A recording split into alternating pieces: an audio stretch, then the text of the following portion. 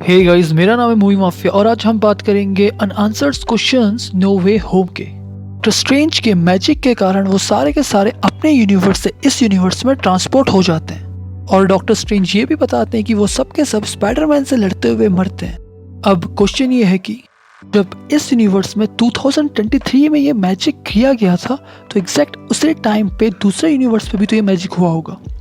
तो जो first Spiderman का यूनिवर्स है उसमें भी तो एक ही टाइम पे ये मैजिक किया गया होगा, बट हमें देखने को ये मिलता है कि सबसे पहले हमें नॉर्मन ऑसबॉर्न वहाँ से यहाँ आते हुए दिखते हैं। उसके 2 साल के बाद जब स्पाइडरमैन 2 मूवी चल रही होती है तब हमें ये देखने को मिलता है कि डॉक्टर ऑक्टोपस उस मैजिक के कारण यहाँ आ चुके हैं और उसके 20 साल के बाद हमारा जो स्पाइडरमैन है वो इस यूनिवर्स में आता है। तो ये जो मैजिक है वो अलग अलग टाइम पे कर रहा होता है काम, क्योंकि नो वे होम के एंड पे डॉक्टर ऑक्टोपस स्पाइडरमैन को देख के बोलते हैं कि तुम काफ़ी मैच्योर हो चुके हो, एज्ड हो चुके हो।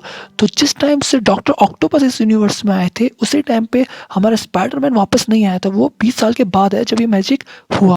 अगर अब हम मूवी को देखते हैं स्पाइडरमैन के नज़रिए से तो सोचो उसकी लाइफ कैसे हुई होगी। जब स्पाइडरमैन 1 मूवी आई तब जो हमारा पीटर है वो नॉर्मन ऑसबॉर्न से लड़ रहा था और लड़ाई के बीच में ही नॉर्मन ऑसबॉर्न अचानक गायब हो गया और उसके बाद वो कभी पीटर को दिखा ही नहीं।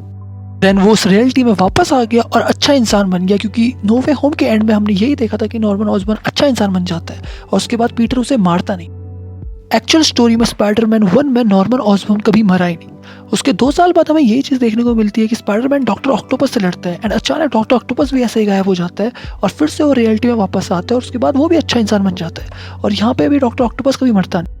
ये जो मैजिक काम कर रहा है वो किस तरह से कर रहा है कि एक ही रियलिटी में एक ही यूनिवर्स में पहले जो मैजिक काम किया वो डॉक्टर ऑक्टोपस के लिए 2 साल बाद किया और नॉर्मन ऑसबॉर्न के लिए 2 साल पहले किया, बट अभी भी पीटर पार्कर वही है, उसी रियलिटी में है और उसके साथ ये मैजिक काम करता है 20 साल के बाद।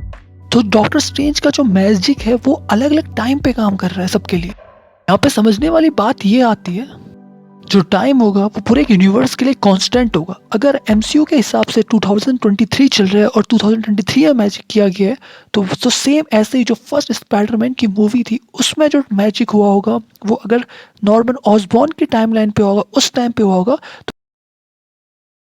डॉक्टर ऑक्टोपस पे देखने को कैसे मिल सकता है। मूवी में टाइम के बारे में, टाइम के फ्रेगमेंटेशन के बारे में ये किस तरह से दिखाया गया है इसके ऊपर कोई बात नहीं कही गई।